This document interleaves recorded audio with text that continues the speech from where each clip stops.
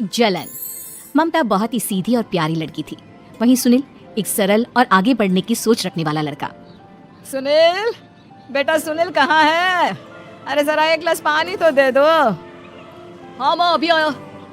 क्या माँ, पानी तेरे सर के पास ही तो रखा है, क्या हो गया है? तबीयत खराब है क्या? अरे नहीं नहीं, वो उठने का मन ही नहीं कर रहा था, तो देखा ही नहीं। वैसे क्या कर रहा है? यहाँ बैठ ना मेरे पास। माँ पढ़ रहा था। वो कहना नौकरी में तो वक्त नहीं मिलता, अब ऑफिस से घर आकर ही तो वक्त मिलता है। अच्छा अच्छा ठीक है, पढ़ ले जा बेटा। सुनील पढ़ लिख कर और आगे बढ़ना चाहता था, लेकिन माँ की तबीयत खराब देखकर सोचता है कि शादी ही कर ले।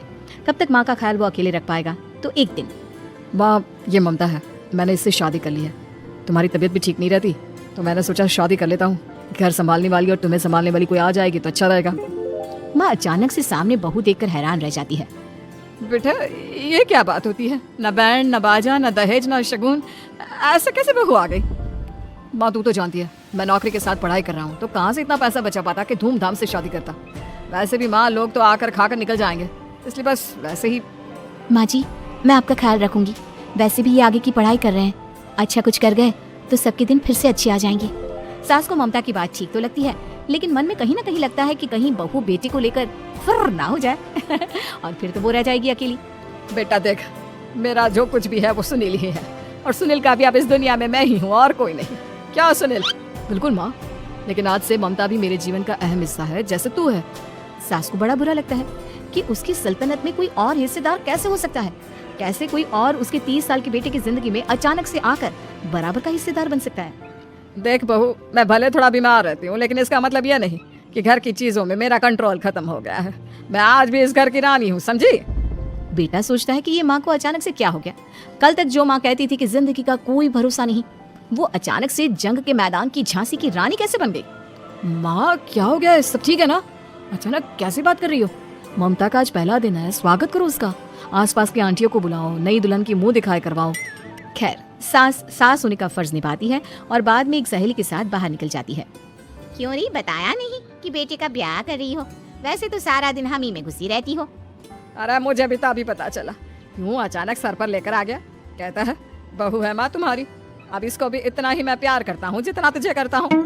लो जी, ये क्या बात होगी? क्यों इतना प्यार करता है? अरे माँ का प्यार तो ज्यादा होता है। अब उसको तो कोई दूसरा पति मिल सकता है, लेकिन तुम ही बताओ, क्या माँ की ममता किसी और की हो सकती है? ना जी ना, बेटे को समझाओ ये बात। अरे क्या समझाऊं, मुझे तो खुद ही समझ में नहीं आ रहा कि क्या हो रहा है। जो बेटा कल तक माँ माँ करता था, अचानक से बीवी बीवी का राग आलाप रहा है। देखा, उसकी बीवी ना सुंदर और जवान है। सुंदरता के आगे तो एक से एक नहीं टिके, तो तेरा बेटा किस खेत की मूली है? सास को भी समझ में आ जाता है कि बहू की सुंदरता के आगे माँ का प्यार किसी काम का नहीं।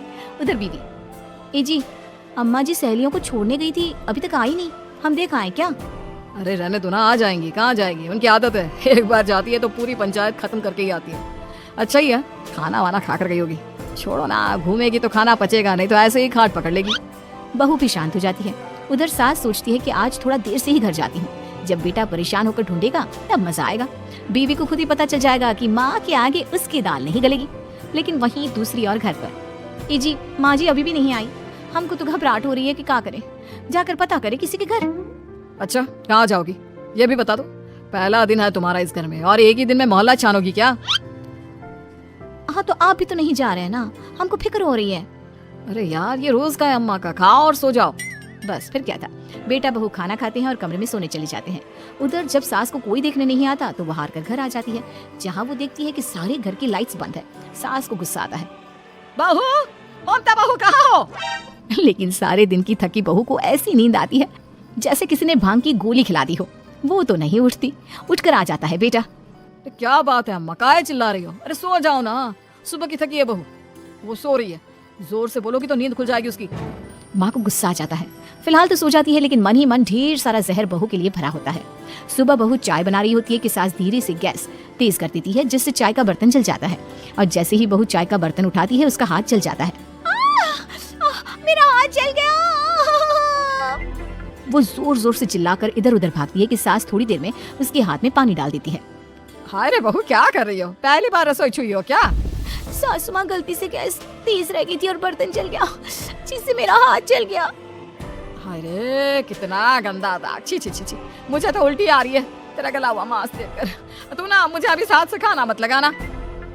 बहू भी खुद का हाथ देखती है तो उसे भी रोना आ जाता है। कुछ दिनों के बाद सास की सहेली आती है, बहू चाय बनाकर लाती है। उसके जाने के बाद सहेली कहती है, बहू की सुंदरता ऐसी है कि कोई भी दीवाना हो जाए। वैसे तेरे बेटे का क्या हाल है? अरे वैसा ही है, बहू के पीछे लग दो। क्या करूं कुछ समझ में नहीं आ रहा। मैंने तो बहू के चेहरे पर दिवाली के पटाखे की चक्री फाड़ दी। उसका पूरा चेहरा जल गया। अब देखो ना रही सुंदरता और ना ही अब मेरा बेटा उसे पूछता है। अरे अब तो वो उसे छोड़कर दूसरी भी देखने को बोल गया है मुझे। बहू सारी बात सुन रही होती है। आंटी एक बात बताइए, क्या भरोसा है कि दूसरी सही आए और आपके अनुसार रहे? देखिए आंटी, मेरी सासू माँ को गलत बात सिखाने की जरूरत नहीं है। हमारा परिवार साथ में खुशी से रह रहा है। देख बहू, मेरी सहेली की बेइज्जती ना कर, वही अच्छा रहेगा तेरे लिए, समझी? बहू नहीं मानती है। वो बार बार उनकी सहेली को घर से निकल जाने को कहती है। तभी सास की सहेली पास के चूल्हे से लकड़ी लाकर बहू के चेहरे पर लगा देती है। बहू जोर जोर से रोने लगती है। अरे ये क्या कर दिया? मैंने कहा किया, ये तो तूने किया। तू ही नहीं चाहती थी कि बहू बेटे के साथ रहे, भला मैं क्यों करूंगी? मैं तो चली, निपटो अब। बहू रो रही होती है, दर्द से चिल्ला रही होती है, लेकिन सास उसे डॉक्टर के पास नहीं ले जाती। तभी पति आता है। क्या हो गया ममता? ये दाग कैसे लगा? तू कैसे जली? ममता कुछ नहीं कहती, बस दर्द से करा रही होती है। पति माँ की तरफ देखता है। हो ना हो माँ, ये पक्का आपका काम है। आप ही ममता से जला करती थी ना। देखना माँ, अब पुलिस आएगी, केस बनेगा, लेकिन पहले मैं ममता को अस्पताल लेकर जा रहा हूँ। सभी अस्पताल जाते हैं, जहाँ डॉक्टर ममता की सास से कहते हैं, आपने तो नहीं जलाया ना बहू को? अब ममता की सास के तो पसीने छूट रहे होते हैं। वो घबरा कर कहती है, ना ना डॉक्टर साहब, कैसी बात करते हैं? हम क्या जलाएंगे अपनी बहू को? डॉक्टर ममता के पति से पूछते हैं। देखिए, क्योंकि ये ससुराल में जली है तो मामला पुलिस का बनता है, तो आप पहले पुलिस को बुलाइए, तभी इलाज पूरा होगा। सास डर जाती है कि अब तो बच्ची जिंदगी जेल में ही रहना होगा। रहने दीजिए ना, पुलिस को क्यों बुलाना? सारी हंसी खत्म हो जाएगी जब पुलिस के डंडे पड़ेंगे। बहू को जलाना भले ही बहुत आसान हो, लेकिन उसके बाद सारी जिंदगी जेल की हवा खाना। सास डर जाती है। पुलिस आती है। पास लेटी दर्द से करा रही ममता स्टेटमेंट देती है। तो क्या हुआ था? कैसे जली आप? ममता पास खड़ी सास को देखती है। बेटी बताओ, कैसे जल गई तुम? ओए, काका का किरण वाली शाहरुख, चुप, बिल्कुल चुप। सास चुप। सभी इंतजार करते हैं कि ममता क्या बोलेगी। जी मैं खाना बना रही थी, लकड़ी उड़कर मेरे ऊपर गिर गई और मैं जल गई।